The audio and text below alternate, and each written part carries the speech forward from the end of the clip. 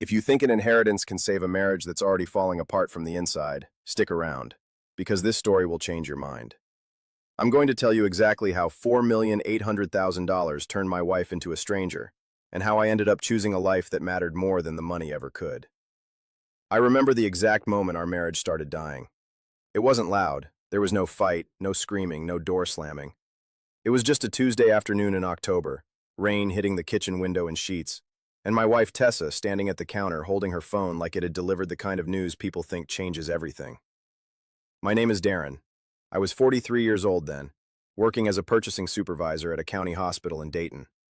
Tessa leased apartments for a mid-sized property group downtown. We had a house in a decent neighborhood, a routine that worked, and the kind of marriage that looked fine from the outside and felt fine on most days. Not exciting, not broken, just steady. Her cousin Lila had called to say that Vernon, Tessa's uncle, a quiet man who'd spent decades building small businesses in rural Kentucky, had passed. And he had left Tessa a trust worth $4,800,000. I put my hand on her shoulder because that seemed like the right thing to do. She didn't pull away, but she didn't lean in either. She just stared past me at the wall like the kitchen had suddenly gotten too small to hold both of us. While you're listening, share in the comments which country you're watching from, and let's continue. That night she found a handwritten note tucked inside the formal letter from Vernon's attorney. She read it aloud at the table. He'd written something about money being a tool, not an identity, and that he hoped she'd use it to build something that mattered. She laughed at that line, not a warm laugh, a short, dismissive one, like she'd already decided Vernon had been sweet but naive. By Friday of that same week, she looked at my truck in the driveway and called it embarrassing. She walked through our living room and said the house felt temporary. She sat across from me at dinner and said in a voice that was almost calm that she thought I had been living the kind of life men settle for when they stop believing they deserve better. I didn't argue. I just looked at her and thought, there she goes. Within 6 weeks, Tessa had joined some kind of private supper club that met at rotating restaurants around the city. I started seeing new faces at the house. A real estate broker named Curtis who wore a blazer to everything. A cosmetic dentist with a lease on a boat he mentioned in every conversation. And a boutique fund manager named Prescott, who had the particular smugness of a man who had never once been told no. I came home from a 12-hour shift one Thursday to find caterers in my kitchen, and 8 people I barely recognized standing in my living room with wine glasses.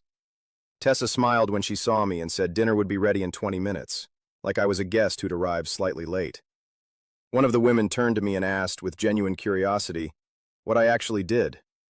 I told her I managed purchasing for a hospital system.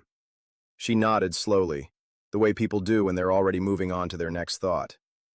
Tessa introduced me that night as steady. She said I was practical and easy to count on. The way she said it, you would have thought she was describing a backup generator, useful in a pinch, not something you'd brag about. At a dinner party a few weeks later, I was standing near the kitchen doorway with a drink I hadn't touched, and I heard her tell a woman named Brooke that she had outgrown men who think small. She said it without lowering her voice. I couldn't tell if she forgot I was nearby or didn't care anymore. Looking back, I should have understood what those dinners were. She was practicing.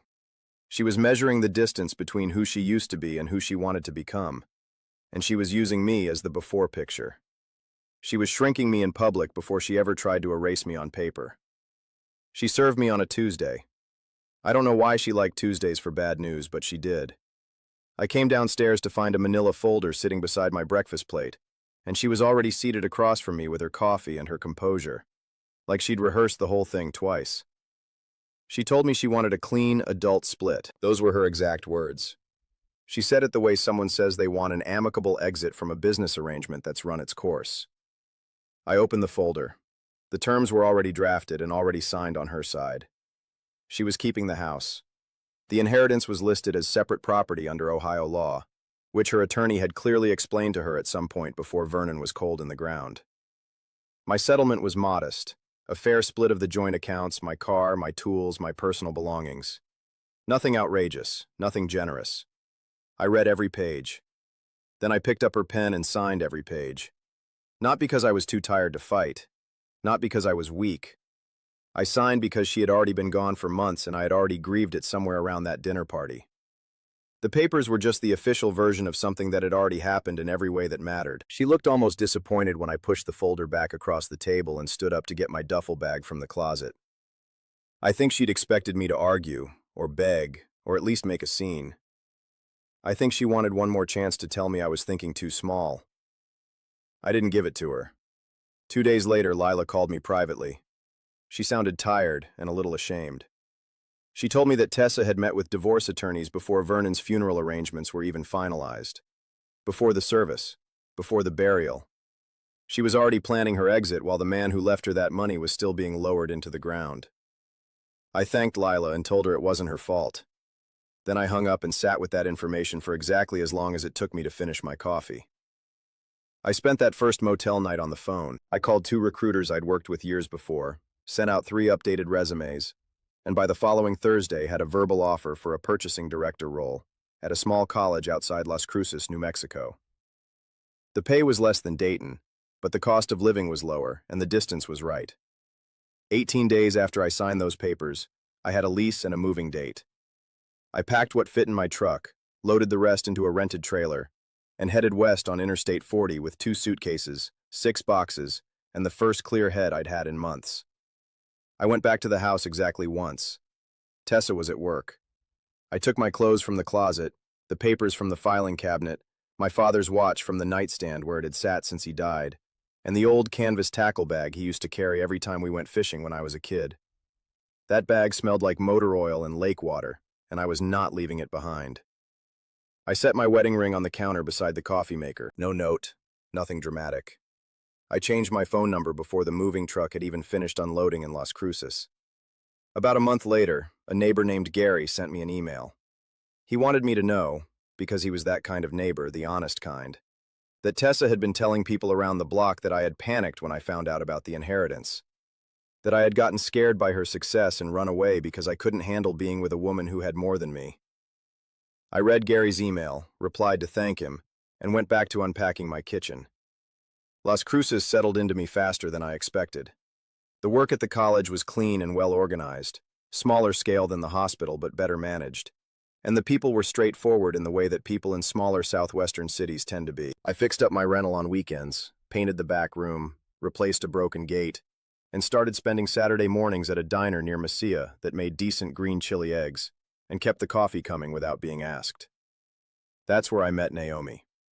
She was a respiratory therapist at a regional hospital 20 minutes north, and she had the kind of dry laugh that told you she'd seen enough nonsense in her life to stop being surprised by most of it.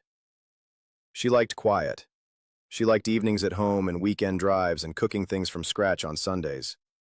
She had no interest in supper clubs or boutique fund managers, and she thought a clean house and a reliable person next to you were 2 of the more underrated things in the world. We took it slow. It worked. About 3 years after the divorce, Gary sent another email. He'd run into someone who knew Tessa's circle. The word around Dayton was that Tessa had lost the house, something about leveraging assets to fund a new lifestyle that outpaced the quarterly trust payments. She had moved in with an aunt on the other side of the city. Gary also mentioned that Vernon's trust paid out quarterly, and that Tessa had been borrowing against those payments through some kind of advanced lending arrangement to fund a boutique cafe she'd opened with one of the supper club crowd. The cafe had not gone well. I read all of that and waited to feel something sharp. I didn't. What I felt was tired, the way you feel tired when someone you used to love ends up exactly where their choices were taking them all along. It was news from a life that no longer belonged to me. By year 6, Naomi and I had built something I was genuinely proud of. We had a small adobe house at the edge of the city with a covered porch and a yard we'd spent 2 weekends fixing up. We had a rescue mutt named Hatch who slept at the foot of the bed and had strong opinions about squirrels. We had a life that stayed quiet on purpose, and we both knew how rare that was. Then one Wednesday afternoon, a man I didn't recognize walked into my office at the college and introduced himself as a private investigator. He was polite, professional, and brief. He said his client had been trying to locate me for several months. My old phone number had been disconnected, every address she had was years out of date, and mutual contacts had either lost touch or weren't talking. He handed me a card with a coffee shop address printed under his name. His client was Tessa. He said she would be at that coffee shop that Friday afternoon if I wanted to come. He didn't push it. He just left the card on my desk and walked out. I thought about it for 2 days.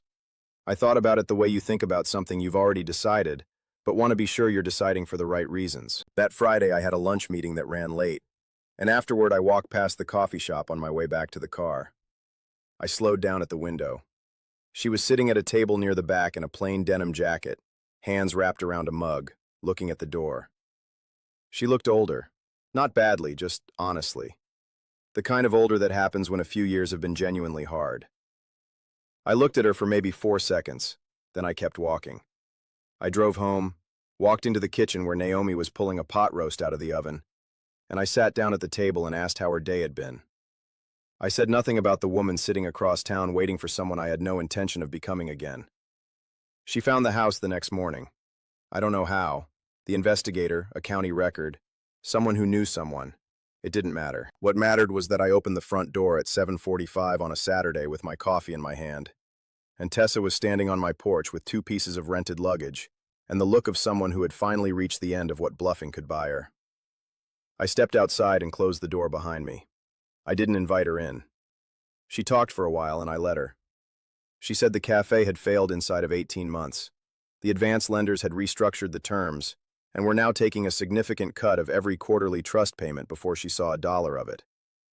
Most of the friends from the supper club years had disappeared the moment it became clear the money was shrinking. The boutique fund manager, Prescott, had not returned a call in 2 years. She said Vernon had warned her. She said he'd written it plainly in that note she'd laughed at, that money exposed people, and that shallow people got exposed fastest. She said she hadn't understood what he meant until she watched everyone around her rearrange themselves the moment the receipts stopped being impressive. Then she told me what hurt most. She had traded something real for people who only respected her as long as she could pick up a check. I listened to all of it. I didn't interrupt and I didn't look away, because she deserved to be heard even if she was a few years too late. When she finished, I told her I had forgiven her a long time ago. Not for her sake, for mine. Carrying that kind of weight across state lines is heavy, and I had put it down somewhere on Interstate 40 and kept driving. I told her that I genuinely hoped she found her footing. I meant it. But I also told her that forgiveness wasn't a return ticket. I was not going to set down the life I had built to go back and relive a lesson I'd already passed. She nodded. She didn't argue. I think somewhere underneath everything she had already known that. Naomi's car pulled into the driveway just then. She parked, grabbed her grocery bags from the back seat, and looked at the porch with the calm, unhurried expression of a woman who trusted the man she came home to. She said good morning to both of us and went inside without making a thing of it, because she wasn't the kind of person who needed to. I looked at Tessa one more time.